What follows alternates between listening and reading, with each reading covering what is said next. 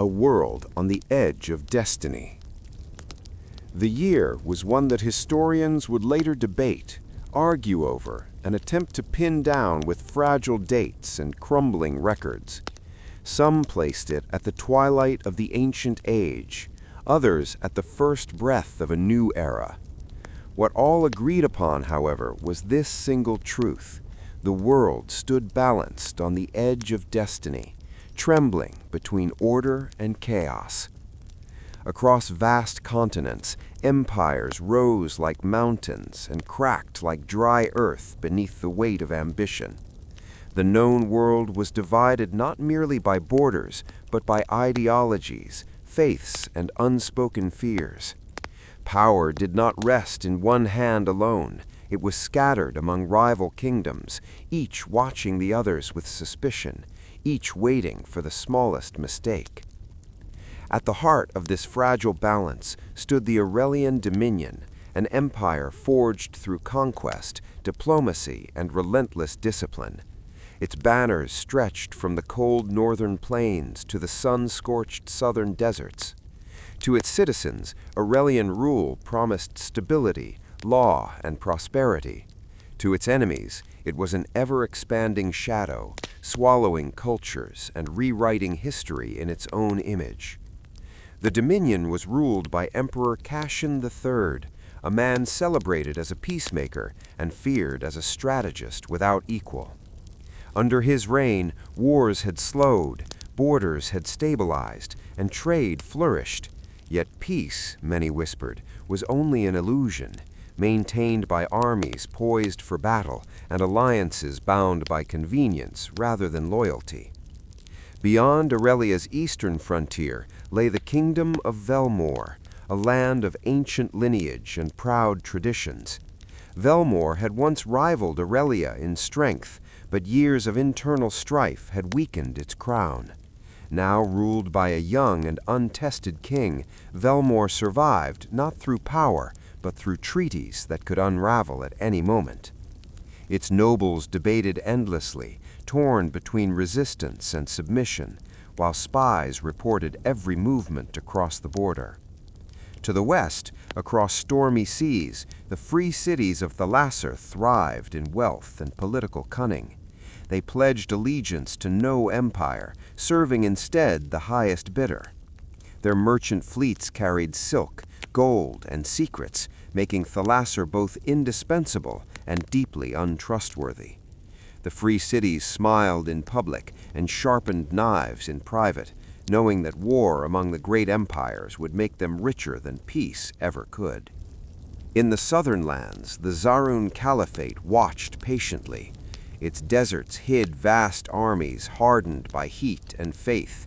Zarun leaders spoke openly of divine destiny, claiming the world would one day kneel beneath their banners.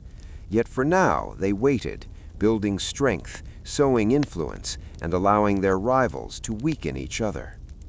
This uneasy equilibrium was sustained by fragile treaties, royal marriages, and carefully chosen words. Ambassadors traveled endlessly between capitals, delivering promises they knew might never be kept. Publicly, leaders spoke of unity and cooperation. Privately, they prepared for war. The common people felt the tension, even if they did not fully understand it.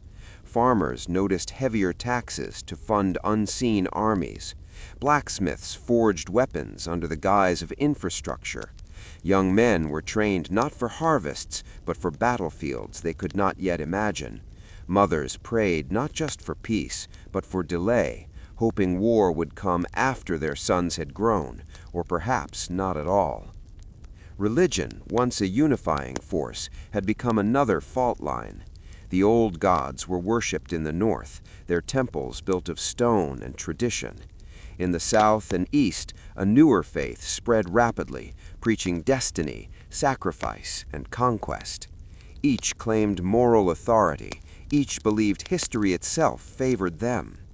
Priests and prophets spoke of signs, comets in the sky, storms out of season, earthquakes that shattered ancient monuments. To many, these were warnings. To others, they were invitations. Even nature seemed restless. Rivers flooded without warning, destroying villages that had stood for centuries. Winters grew harsher, summers more unforgiving. Scholars argued whether this was coincidence or omen, but superstition filled the gaps where reason failed. The world, it seemed, was rejecting the delicate balance imposed upon it. Within Aurelian's marble capital, the imperial council met behind closed doors. Senators debated succession, generals demanded preemptive strikes, and advisors whispered of rebellion in distant provinces. Emperor Cashen listened more than he spoke, his once confident gaze now shadowed by doubt. He knew peace had a cost, and that cost was growing heavier with every passing year. The greatest threat, however, did not march beneath foreign banners. It grew quietly within the empire itself. Provinces long loyal to Aurelia began to question why their wealth flowed endlessly to the capital. Soldiers stationed on distant borders wondered if their sacrifices were remembered at all. The idea of unity, once sacred, was beginning to fracture. And meanwhile, unseen by most, forces moved in silence. Spies crossed borders disguised as merchants and monks. Assassins memorized palace routines. Letters written in invisible ink passed between hands that would never meet openly. History was no longer waiting, it was being shaped in shadows. And then there were the prophecies. Ancient texts long dismissed as myth resurfaced in forgotten libraries and ruined temples. They spoke of a turning point, a moment when the old world would burn so a new one could rise. Some interpreted these words as hope, some as doom. A few, dangerously few, believed they were meant to bring this destiny into being. As dawn broke over the capital one fateful morning, church bells rang not for celebration, but for warning. A foreign envoy had vanished, a border fortress had gone silent. Somewhere, a promise had been broken. No armies had yet marched, no cities had yet fallen, but every ruler, soldier, and citizen felt it in their bones. The birth of a power that would shape history. Long before the Aurelian dominion commanded the fate of continents, before its banners darkened the horizon and its laws reshaped the lives of millions, the land that would become an empire was little more than a fractured expanse of rival tribes and forgotten ruins. History remembers empires at their height, but true power is always born in uncertainty, hardship, and relentless ambition. The region known as Aurelia lay at the crossroads of ancient trade routes, bordered by mountains to the north, fertile valleys at its heart, and rivers that flowed toward distant seas. These natural advantages made the land desirable and endlessly contested. For centuries, warlords rose and fell here, each claiming dominion, none enduring long enough to unite the land. Everything changed during what later chroniclers would call the Age of Fracture. Famine swept through the valleys after years of poor harvests. Raids from northern clans destroyed villages. Southern city-states imposed crushing tolls on merchants, strangling trade. The old kings proved powerless, clinging to tradition, while their people starved. Faith in inherited rule collapsed, leaving a vacuum where authority once stood. It was in this chaos that Aurelian I emerged. Born not to nobility, but to a family of border guards, Aurelian grew up witnessing both discipline and neglect. His father served loyally, yet died unrecognized, leaving behind a widow and a son who learned early that loyalty alone earned nothing in a broken world. From his mother, Aurelian learned endurance. From the frontier, he learned survival. From war, he learned strategy. Aurelian was not the strongest warrior nor the most gifted speaker, but he possessed something rarer, vision. He believed the land did not suffer from weak people, but from divided purpose. Where others saw tribes and cities, Aurelian saw a single nation waiting to be forged. His rise began quietly. He gathered displaced soldiers, failed farmers, and merchants ruined by chaos, people with nothing left to lose. To them he offered not gold, but order, not promises of glory, but protection. His earliest followers swore loyalty not to his bloodline, but to his cause, unity through law. The first victories were small but symbolic. Aurelian secured the river crossings, ending bandit raids that had crippled trade. He rebuilt roads instead of burning enemy towns. When cities surrendered, he spared their leaders if they accepted his code of law.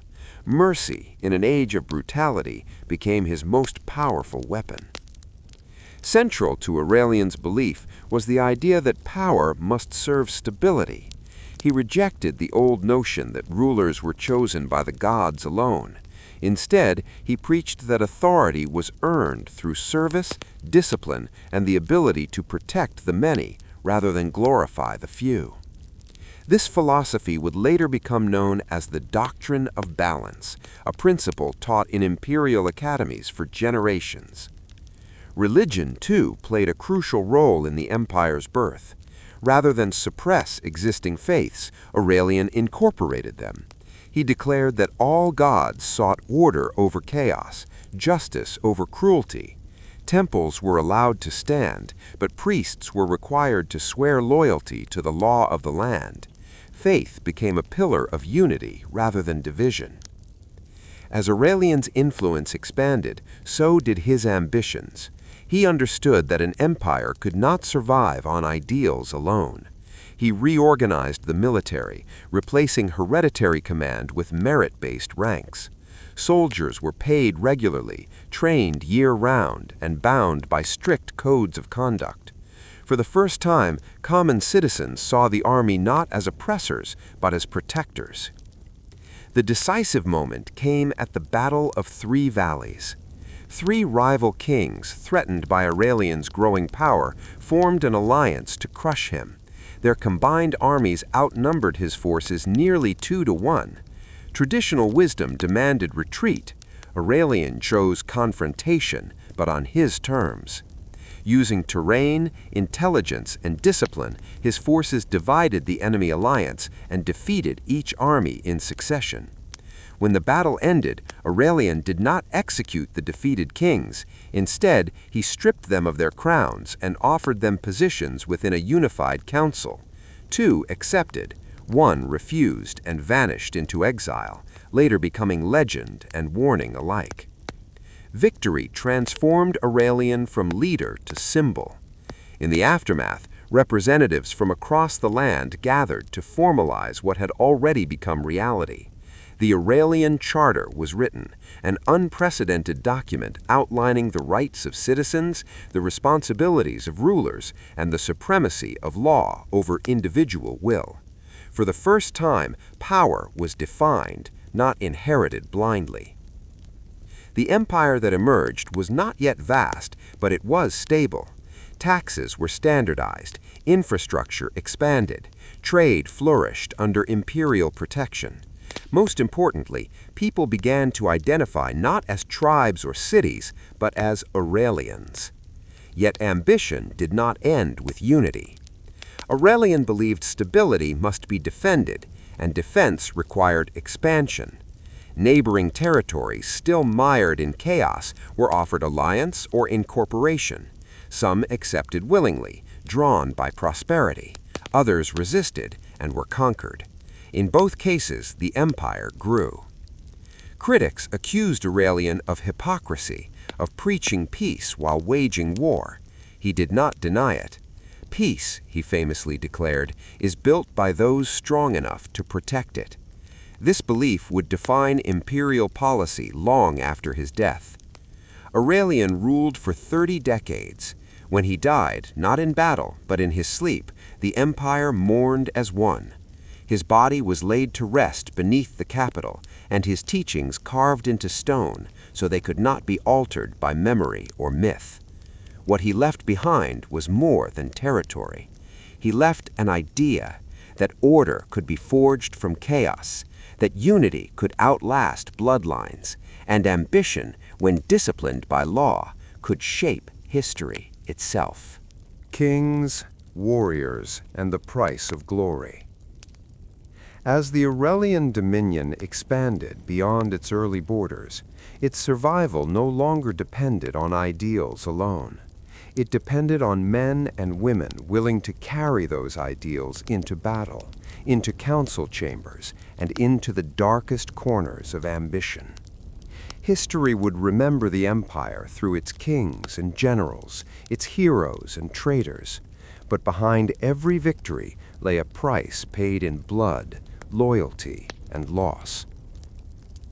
After the death of Aurelian I, the empire passed into the hands of rulers who inherited not only power, but impossible expectations. The people did not simply want kings, they wanted legends. The first to bear this burden was Emperor Valerius I, Aurelian's chosen successor and former battlefield commander. Valerius was a soldier before he was a ruler, broad-shouldered, scarred, and direct. Where Aurelian had ruled through vision, Valerius ruled through presence. He believed strength must be seen as well as felt. Valerius led from the front, riding at the head of his legions during the northern pacification campaigns. These wars secured the empire's mountainous borders and crushed raiding clans that had plagued the frontier for generations. Under Valerius, Aurelia became feared as well as respected. Yet his greatest strength was also his greatest flaw. Valerius trusted his generals more than his advisors, and the battlefield more than diplomacy. While he expanded the empire's reach, internal tensions quietly grew. Provincial governors complained of neglect. Senators resented his blunt dismissal of political tradition. Valerius won wars, but lost balance. Among his most trusted commanders was General Marcus Tiberon, a tactician whose brilliance bordered on obsession. Tiberon never lost a battle. He studied enemy movements as if they were puzzles meant only for him. Soldiers followed him not out of love, but out of absolute confidence in his command. But Tiberon's loyalty was not to people, it was to victory. During the siege of Caldrath, when supply lines failed and winter closed in, Tiberon ordered a forced assault rather than retreat. The city fell within a day, but at the cost of thousands of imperial lives.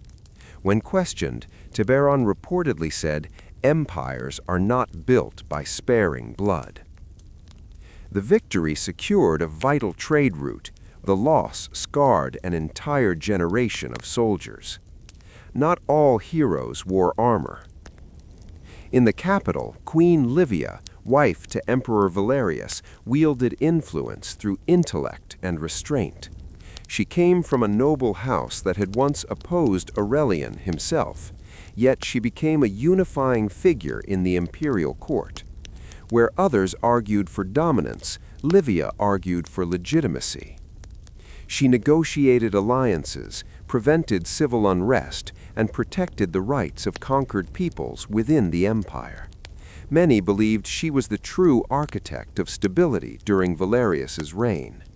Yet her sacrifices were invisible.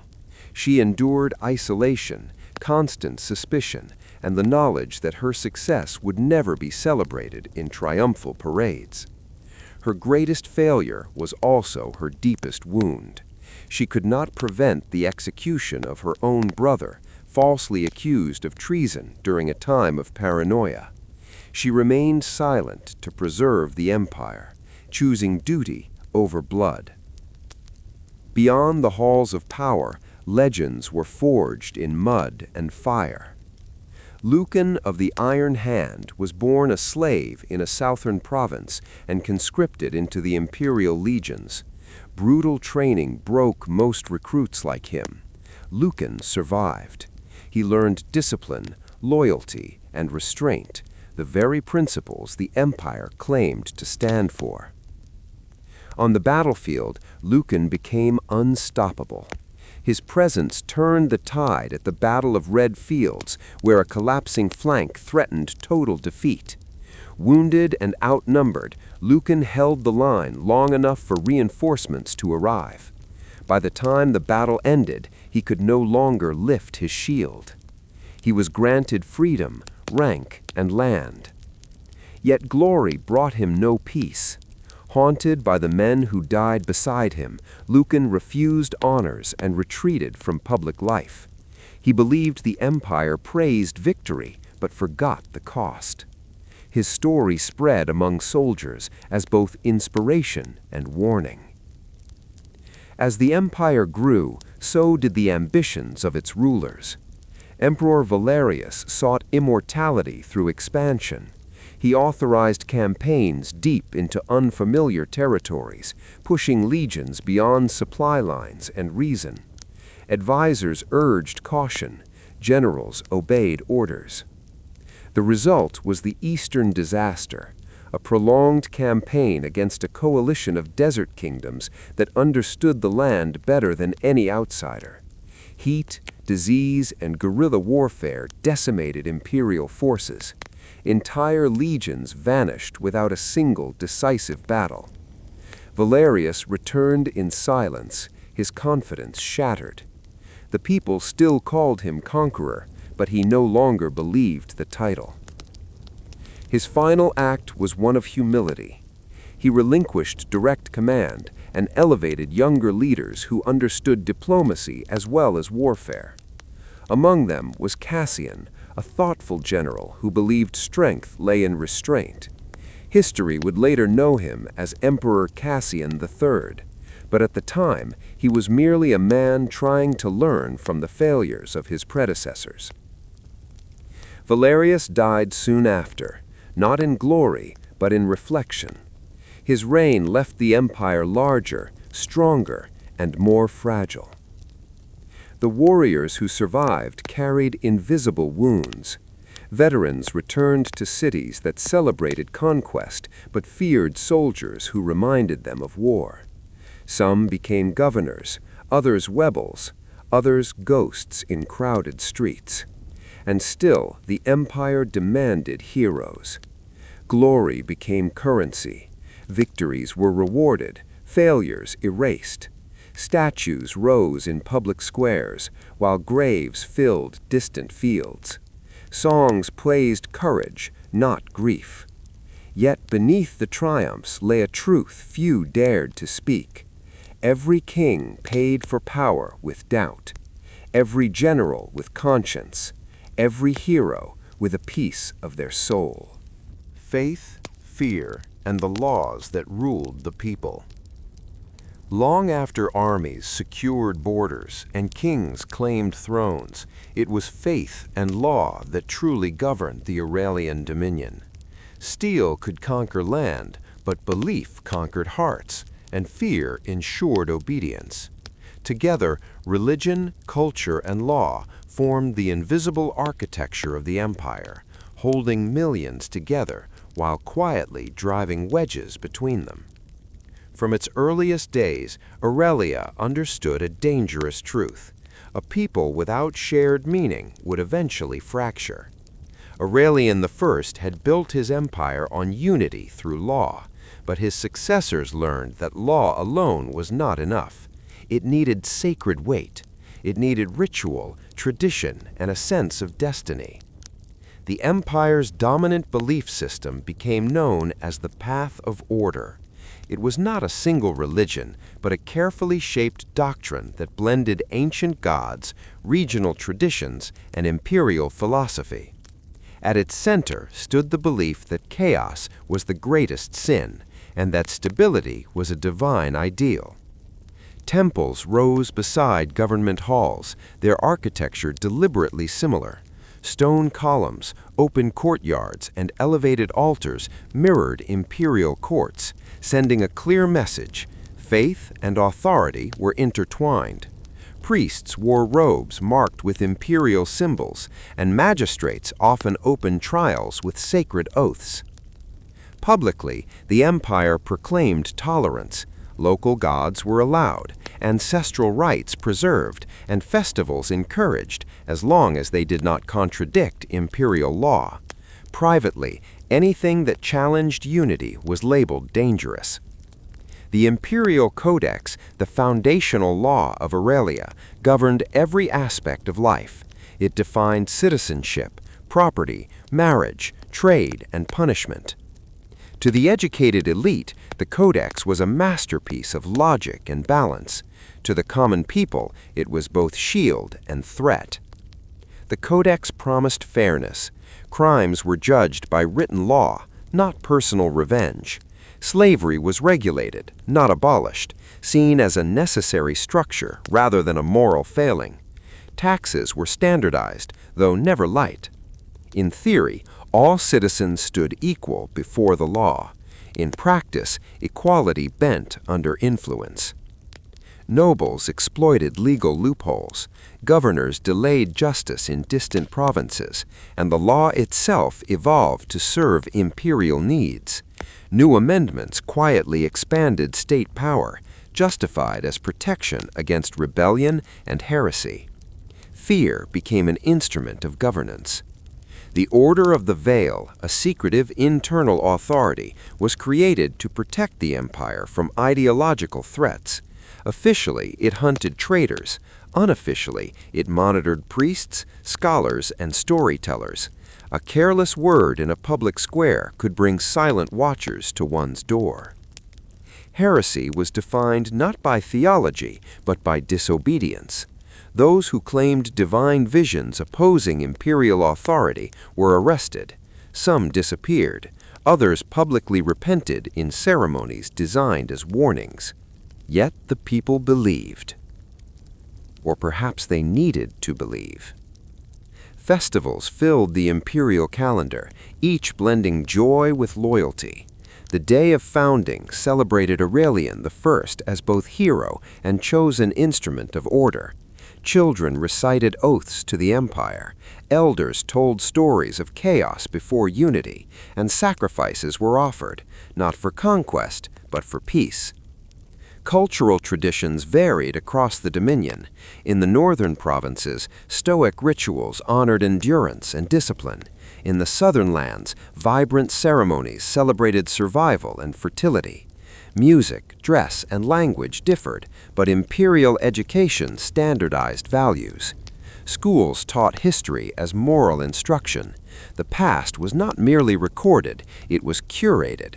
Victories were emphasized, defeats softened, rebellions reframed as misunderstandings resolved by imperial wisdom. Memory became a tool of control. Still, cracks formed. In remote regions, ancient faiths resisted assimilation. Secret gatherings preserved forbidden rites. Symbols carved into stone outlasted laws written on parchment. Among these groups, the empire was seen not as divine order, but as sacrilege. One such movement, known quietly as the Keepers of the First Flame, believed that the old gods demanded freedom, not order. They taught that suffering under imposed stability was still suffering. Though small, their ideas spread through whispered stories and hidden songs. The empire responded with restraint at first, debate, integration, compromise.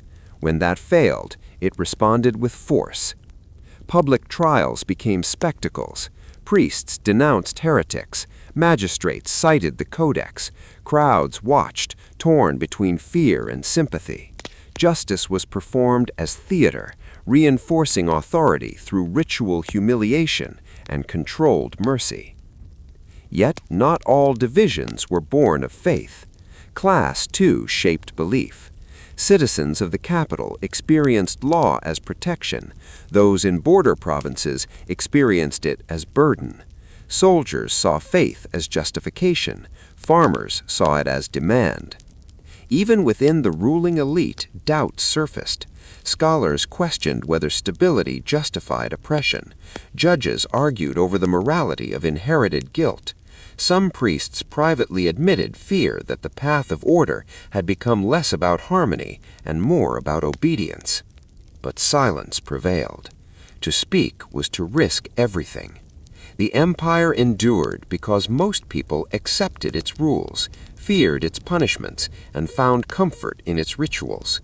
Faith gave meaning to suffering. Law gave structure to chaos. Together, they created a society that functioned, even if it was not always just. Yet history teaches a cruel lesson. Systems built on fear may last generations, but they fracture when belief fades. Beneath Aurelia's grand temples and flawless statutes, a quiet question began to echo, spoken only in the safety of shadows. The enemy beyond the horizon. Empires rarely fall to the threats they can see. It is the distant, patient forces, the ones gathering beyond the horizon, that shape history's most violent turning points. For the Aurelian dominion, the greatest danger did not announce itself with banners or war drums. It arrived as rumors, shifting alliances, and shadows moving at the edge of the known world. For years, Aurelia's borders had been quiet. Trade flowed, legions patrolled, and the empire's enemies appeared contained or divided. This calm bred confidence, perhaps even arrogance. The belief that Aurelia was unchallenged took root in the capital, blinding many to the storms forming far beyond its watchtowers. To the east lay the Varkesh Confederacy, a loose alliance of steppe kingdoms bound not by law, but by necessity. Long dismissed by imperial scholars as disorganized nomads, the Varkesh were adapting. Their leaders learned from defeat, studied Aurelia's military structure, and absorbed technology through trade and captured engineers. What made Varkesh dangerous was not numbers alone, but unity. For the first time in memory, rival clans had sworn loyalty to a single war council. Their riders trained relentlessly, mastering mobility and deception. Imperial scouts reported fortified camps, massed cavalry, and supply networks stretching across the plains. These warnings were noted and ignored. In the southern deserts, the Zaran Caliphate stirred. Unlike Varkesh, Zaran was ancient, disciplined, and driven by faith. Its rulers claimed divine mandate to bring the world under sacred law. While treaties with Aurelia still stood, Zaran scholars preached that peace with unbelievers was temporary by nature. Zaran armies did not march immediately. Instead, they expanded influence through diplomacy and conversion. Border towns found imperial authority challenged by religious leaders loyal to Zaran. Taxes went unpaid. Laws were quietly replaced by scripture. This was invasion without invasion, and it was working. Across the western seas, the free cities of Thalassar watched and waited. They thrived on imbalance. Merchant princes funded spies instead of armies, believing secrets more profitable than swords. They sold weapons to Aurelia's enemies while negotiating trade privileges with the empire itself. Publicly, Thalassar pledged neutrality. Privately, it calculated which side would pay more when war came. The first betrayal came from within. Aurelian frontier governors facing rising pressure began negotiating independently. Some promised trade access to Varkesh in exchange for peace. Others tolerated Zaran missionaries to maintain local order. Each decision seemed practical, isolated, understandable. Together, they eroded imperial unity. When the fortress of High Watch fell, the capital was shocked. The stronghold guarded a key mountain pass and had never been breached.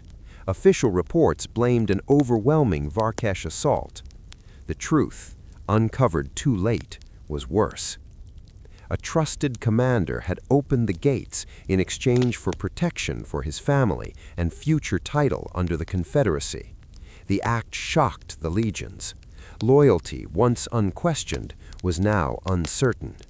Fear spread faster than armies. Caravans arrived with stories of burned villages, forced migrations, and mass executions.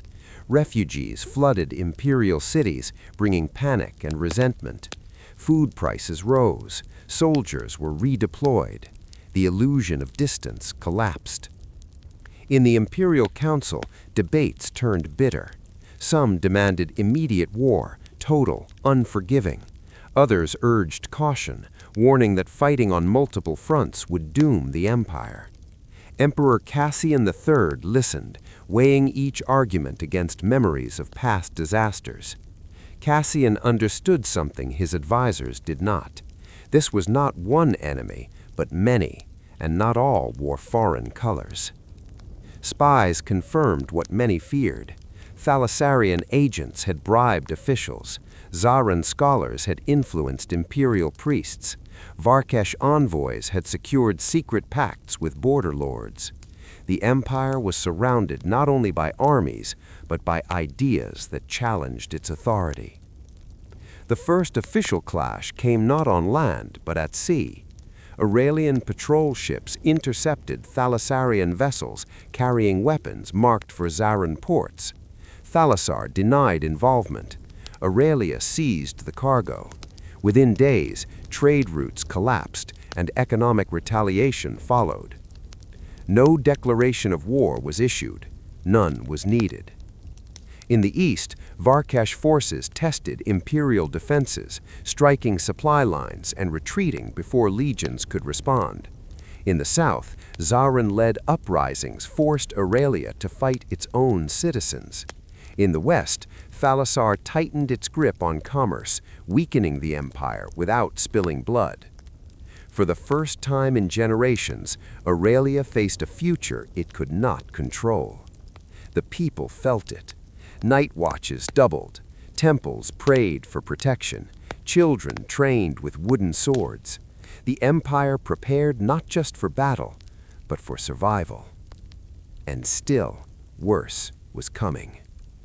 Reports spoke of an unprecedented gathering beyond the eastern plains, a council of enemies who had once despised each other, now united by a single goal: the destruction of Aurelian dominance. When brotherhood turned into betrayal. The Aurelian dominion had survived wars, invasions, and famine, but the wounds that finally threatened to destroy it were not carved by foreign blades.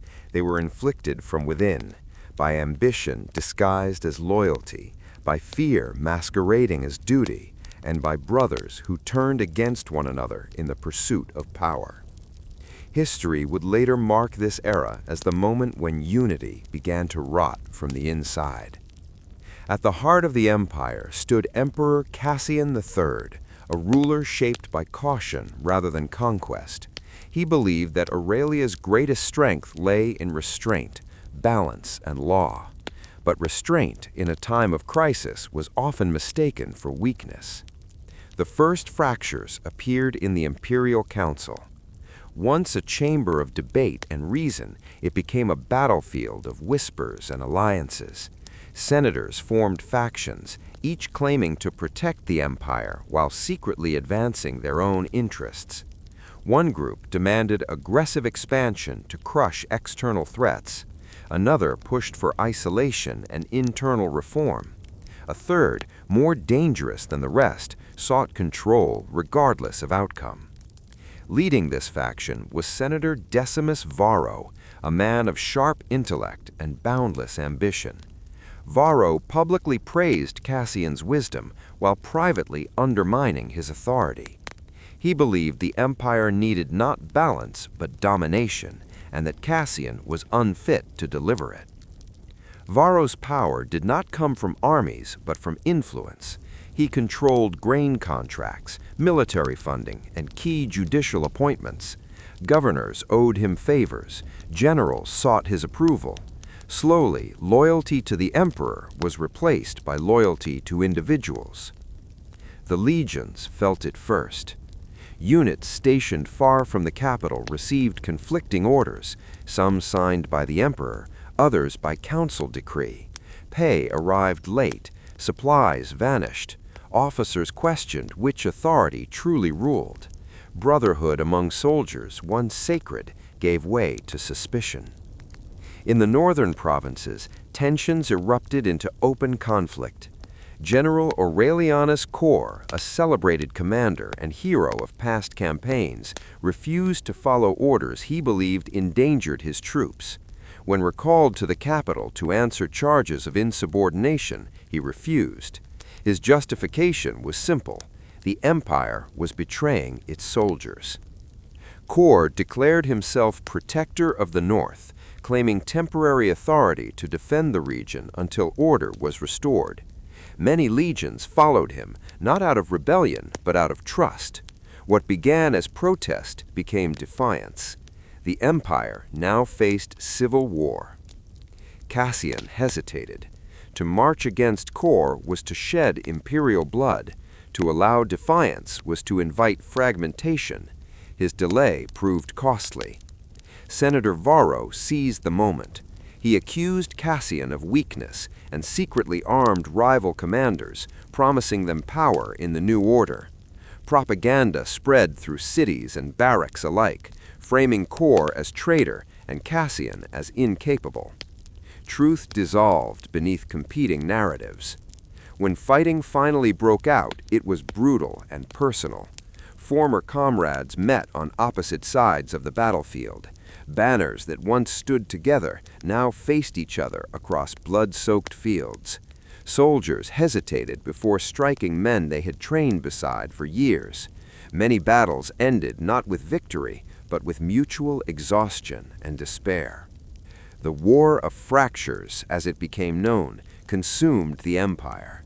Cities chose sides, trade collapsed, refugees fled not from foreign invaders, but from imperial legions.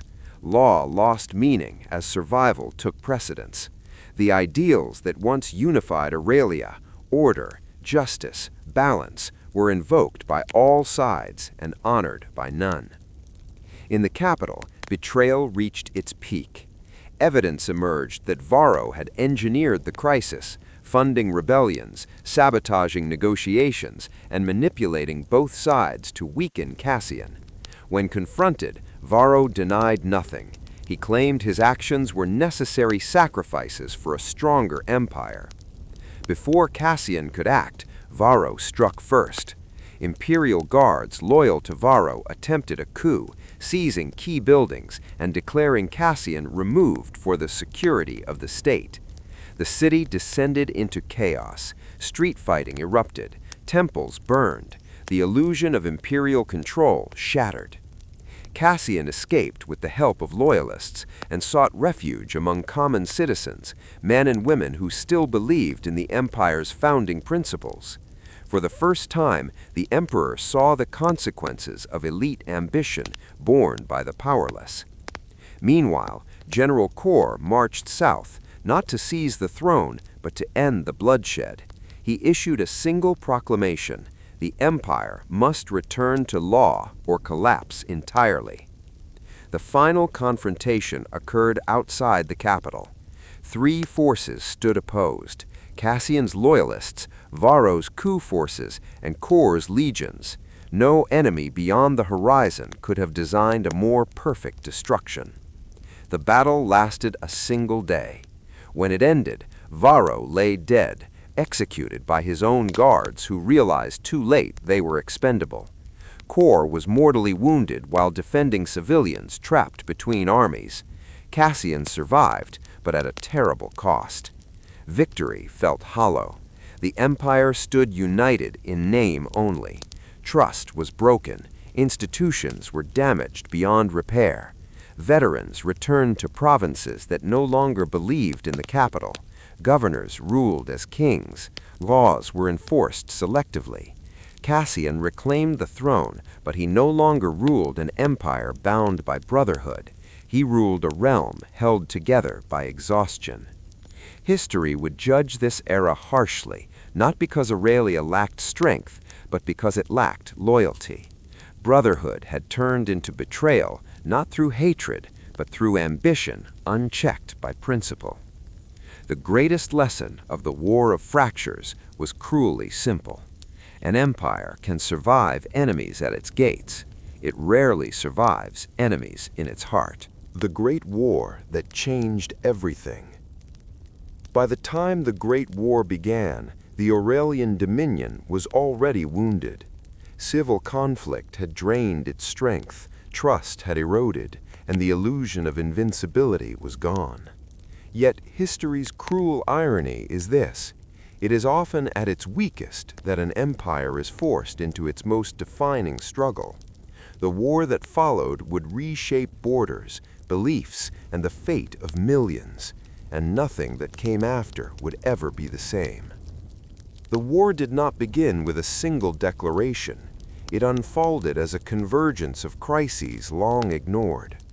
In the east, the Varkesh Confederacy completed what Aurelia had dismissed as impossible: total unity. Clan leaders who had warred for generations now followed a single warlord, Karzan the Unbroken, a tactician as ruthless as he was patient. His vision was simple: destroy Aurelian dominance and claim the plains, the rivers, and the trade routes that fed the empire. In the south, the Zaran Caliphate declared a sacred campaign, calling upon believers within Aurelian borders to rise. Temples once loyal to the empire became centers of rebellion. Garrisons found themselves besieged by their own cities. In the west, the free cities of Thalassar closed their ports to Aurelian ships, strangling the empire's economy while quietly financing its enemies. The Great War had begun, on every front at once. Emperor Cassian III faced a decision no ruler envies: fight everywhere and risk collapse, or choose a single front and sacrifice the rest. Guided by painful lessons of the past, Cassian chose focus. The eastern frontier would decide the war. If Varkesh fell, the empire might still survive. Cassian entrusted command to General Lucius Marcellin, a veteran known not for brilliance but for discipline and loyalty. Marcellin understood that Aurelia could not outfight its enemies; it had to outlast them. He ordered a strategic withdrawal from exposed territories, abandoning cities that could not be held. The decision was condemned as cowardice, yet it preserved the core of the legions. Defensive lines were established along rivers and mountain passes, forcing the Varkesh to fight on unfamiliar ground. The decisive engagement came at the fields of Ashenfall. Ashenfall was a vast plain bordered by forests and crossed by a single river. Marcellin chose it deliberately. Varkesh cavalry would be restricted, supply lines would stretch thin, and the empire's infantry would hold firm. At dawn, tens of thousands stood facing one another. The ground trembled beneath marching feet. Banners snapped in the wind. Priests offered final prayers. Soldiers wrote letters they knew might never be read. The battle opened with deception. Marcellin feigned weakness on his left flank, drawing Varkesh riders into pursuit. Hidden trenches and stakes shattered their charge.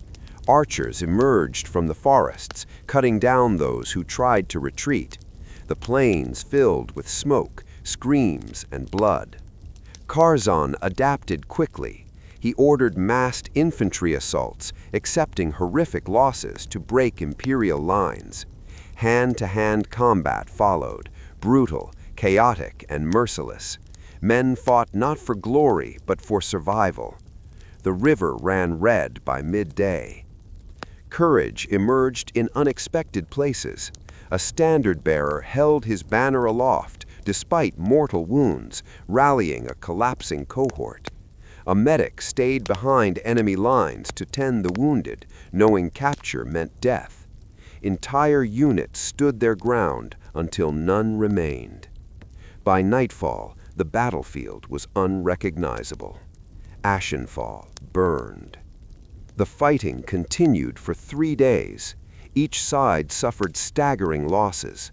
When imperial reinforcements finally arrived, the Varkesh line broke.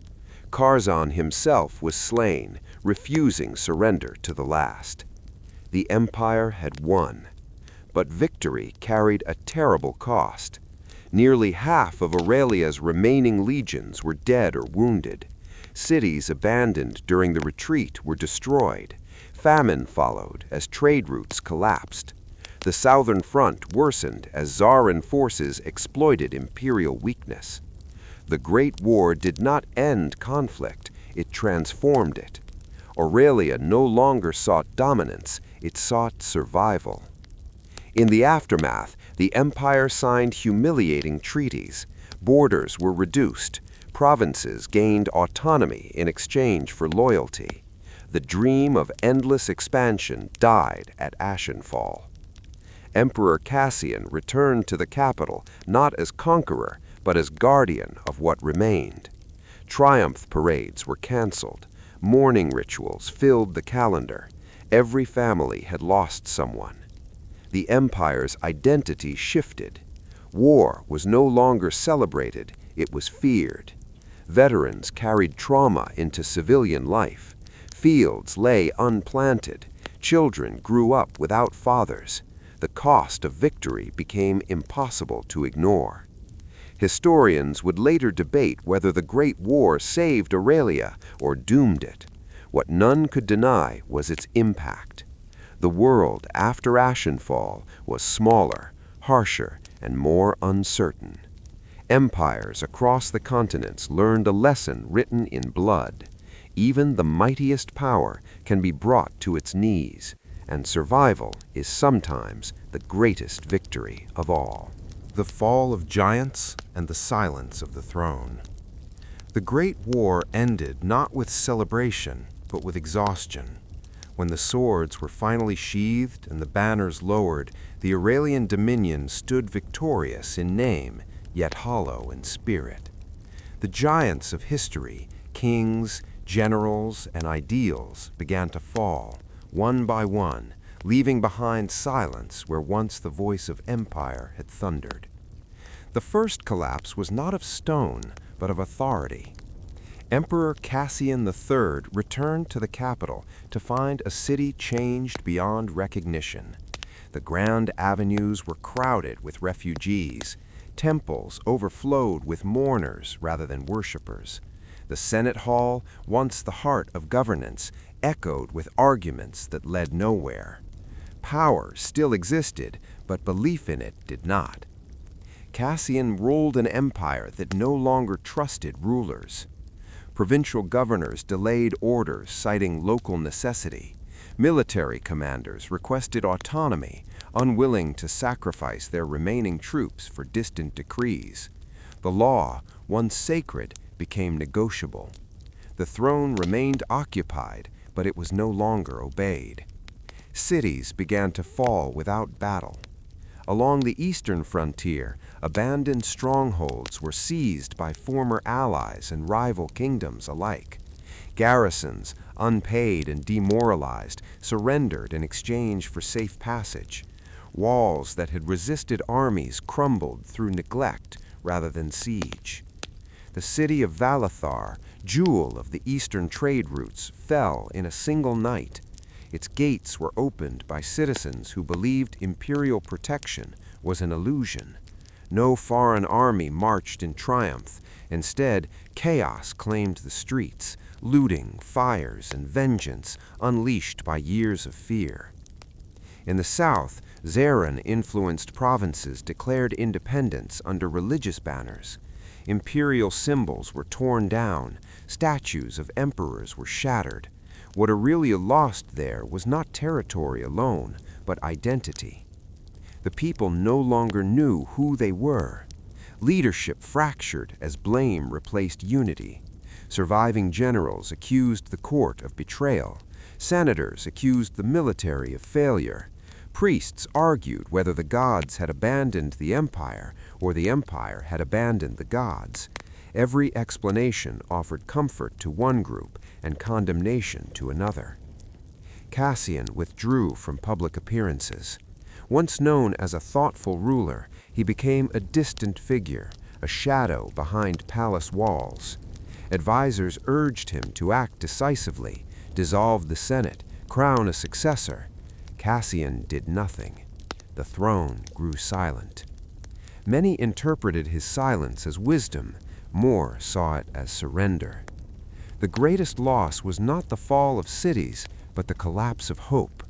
Families searched lists of the dead that never seemed to end. Veterans wandered streets unable to return to ordinary life. Children grew up in ruins, learning the names of fallen cities as bedtime stories. Artists stopped celebrating empire and began painting grief. Poets wrote of broken crowns and empty halls. Songs once sung in triumph now sounded like funerals. The giants fell quietly. General Marcellon died from wounds sustained at Ashenfall, his last request being anonymity in burial. He was given a modest grave, honored by soldiers who understood the weight he had carried. No monument was built. Queen Livia passed soon after, her influence forgotten by a court obsessed with survival. Only a few remembered how she once held the empire together through words instead of swords.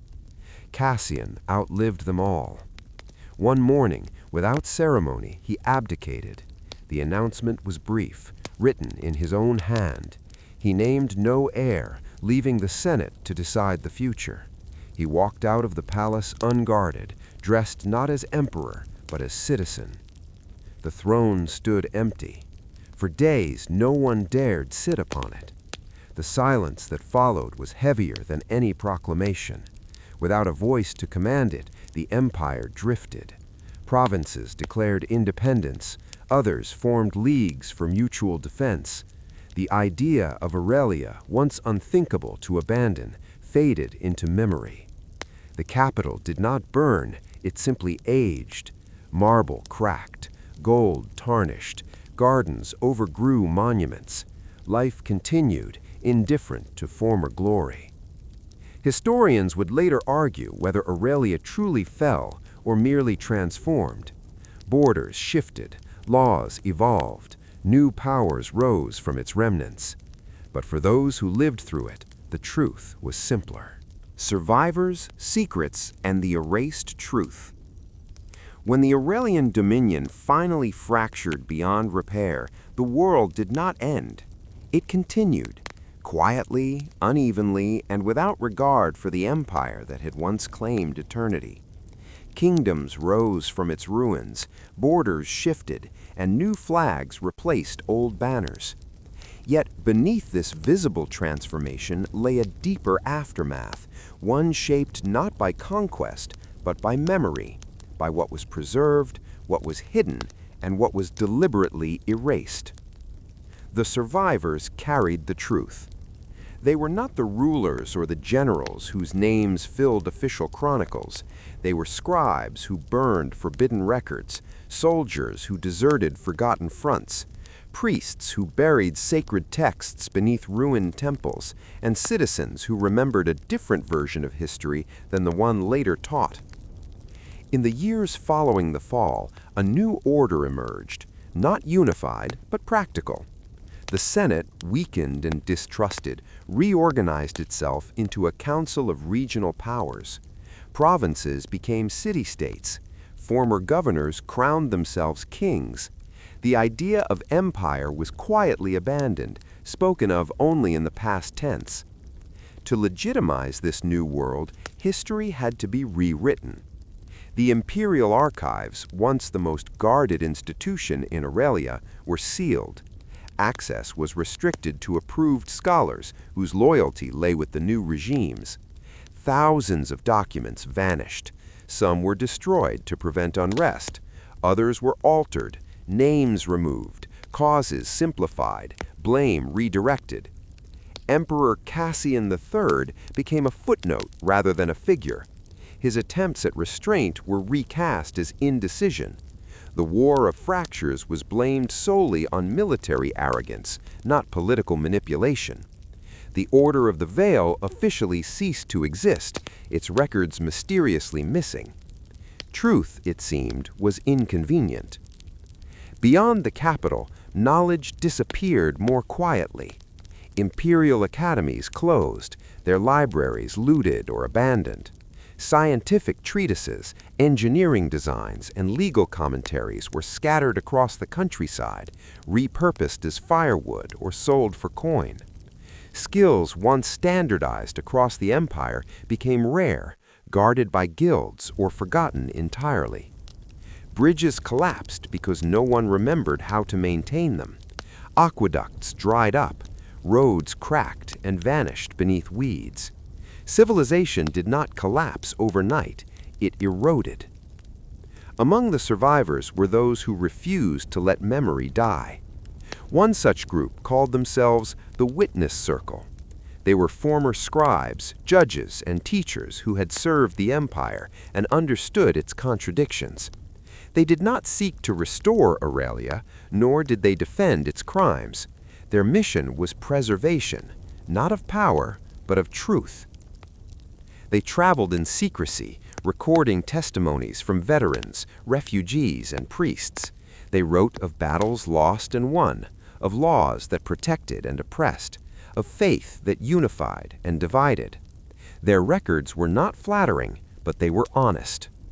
These writings were hidden in caves, buried in sealed chests, and encoded in mundane ledgers. The Witness Circle knew that truth survived best when it could not be easily recognized. Not all secrets were kept by choice. Many voices were silenced. Veterans who spoke of betrayal were dismissed as unstable. Priests who questioned imperial theology were exiled. Women who had held communities together during war found their contributions erased by restored patriarchal order. Slaves freed during the chaos were quietly re-enslaved under new laws. History moved forward selectively. In the eastern lands, former enemies adopted fragments of imperial systems, law codes, military structure, taxation, while denying their origin. In the south, Zerun scholars rewrote events as divine victory rather than political collapse. In the west, Thalassar merchants claimed neutrality had saved civilization from tyranny. Each version contained truth, none contained it all. Children born after the fall learned simplified stories. Aurelia became either a golden age of order or a dark age of oppression, depending on who told the tale. Nuance faded, complexity vanished. Yet memory lingered in unexpected places. In old songs sung by soldiers turned farmers, in prayers altered to include forgotten names, in ruins where inscriptions were chipped away but not fully erased. Sometimes a traveler would uncover a fragment, a damaged tablet, a journal page, a half-burned decree, and realize the world had once been larger, more connected, more flawed than they had been taught. The greatest secret of all was this: the empire had not fallen because it was evil or weak alone. It fell because it could not reconcile power with truth. Those who survived understood this, even if they could not say it out loud. Centuries later, scholars would rediscover traces of the Witness Circle's work. They would argue over interpretations, debate authenticity, and question motives. Some truths would be accepted, others dismissed as myth. But the act of questioning itself would matter. Because history is not only what is written by the victors, it is what survives in fragments, in memory, and in resistance to forgetting. The Aurelian dominion vanished from maps, but not from consequence. Its laws shaped successors. Its wars taught restraint. Its failures warned future empires. Echoes of the past in the modern world. The ruins of the Aurelian dominion are silent now, yet their echoes resonate across centuries, shaping the contours of the modern world in ways both subtle and profound. What was once an empire of steel, law, and ambition has transformed, not in stone, but in thought, culture, and memory. Today, the lessons of Aurelia whisper in governments, institutions, and the human psyche, warning those who would claim power without wisdom or forget the cost of unchecked ambition. Modern cities rise atop ancient foundations. In the northern trade hubs, stone bridges once built to connect Aurelian provinces still support bustling marketplaces, though few remember the engineers who designed them. Roads laid centuries ago align with modern highways, and ancient aqueducts continue to feed water into public fountains, a testament to a civilization that prized infrastructure as the lifeblood of society.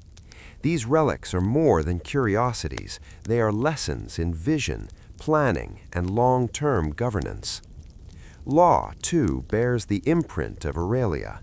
The imperial codex, once inscribed on tablets in the capital, has been lost to time, yet its principles persist. Modern constitutions echo its insistence that rulers serve the people, that fairness should temper authority, and that stability requires accountability. Even contemporary debates over justice and governance carry traces of Aurelian thought. The balance between mercy and enforcement, the tension between central authority and local autonomy, and the persistent struggle to define the role of law in uniting diverse peoples. Yet the past is never merely instructive, it is cautionary.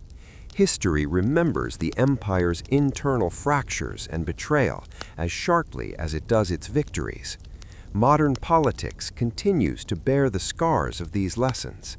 Factionalism, corruption, and the fragility of institutions are not inventions of the present. They are inherited patterns rehearsed countless times in Aurelia's fall. When the War of Fractures tore the empire apart, the cost was not merely territory lost, but trust shattered, a warning that resonates in modern governance. An empire, nation, or institution is only as strong as the loyalty and integrity of its people.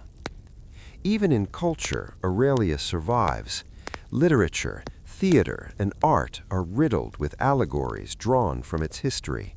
Plays recount the rise of Emperor Aurelian, the cunning of generals like Lucius Marcellan, and the tragedies of Queen Livia, not to glorify them, but to teach audiences about the consequences of ambition, loyalty, and moral compromise. Modern historians, novelists, and filmmakers have mined these stories, creating narratives that blend myth and fact, preserving memory while shaping contemporary understanding. The empire lives in stories that teach courage, caution, and compassion. Religion and philosophy, too, bear Aurelian traces. The path of order, though no longer practiced as it once was, influenced the ethical frameworks of countless communities. The notion that moral and legal authority must coexist with civic responsibility survives in modern codes of conduct, civil service ideals, and community governance. Ethical debates on the limits of obedience, the use of power, and the balance of freedom and security echo arguments first formalized centuries ago in Aurelia's courts and temples. The empire's fall, precipitated in part by its inability to balance fear with faith, continues to resonate in the tension between authority and individual conscience in the modern world. Survivors of the empire, though long gone, left descendants whose traditions subtly persist. Families in remote valleys still tell tales of the fall of giants, of heroes who sacrificed everything, of rulers whose silence weighed heavier than swords. These stories, passed through generations, influence local governance, community ethics, and even education. Children grow up learning lessons of courage, humility, and vigilance, values forged in the crucible of an empire that seemed eternal. Economically, Aurelia's innovations endure. Market systems, taxation methods, and trade networks pioneered under the empire's administration were adapted by successor states, then by emerging modern nations. Even today, some trade routes trace paths first established to connect Aurelian provinces. Banking practices, contracts, and supply chain strategies all carry echoes of the organizational genius that once enabled a fractured land to function as a single polity. Lessons of efficiency and integration, as well as cautionary tales of overreach, continue to inform modern commerce. Yet perhaps the most enduring echoes are psychological. The fall of Aurelia instilled in its survivors and successors an acute awareness of the fragility of power. Modern societies, even continents away, bear traces of this collective consciousness.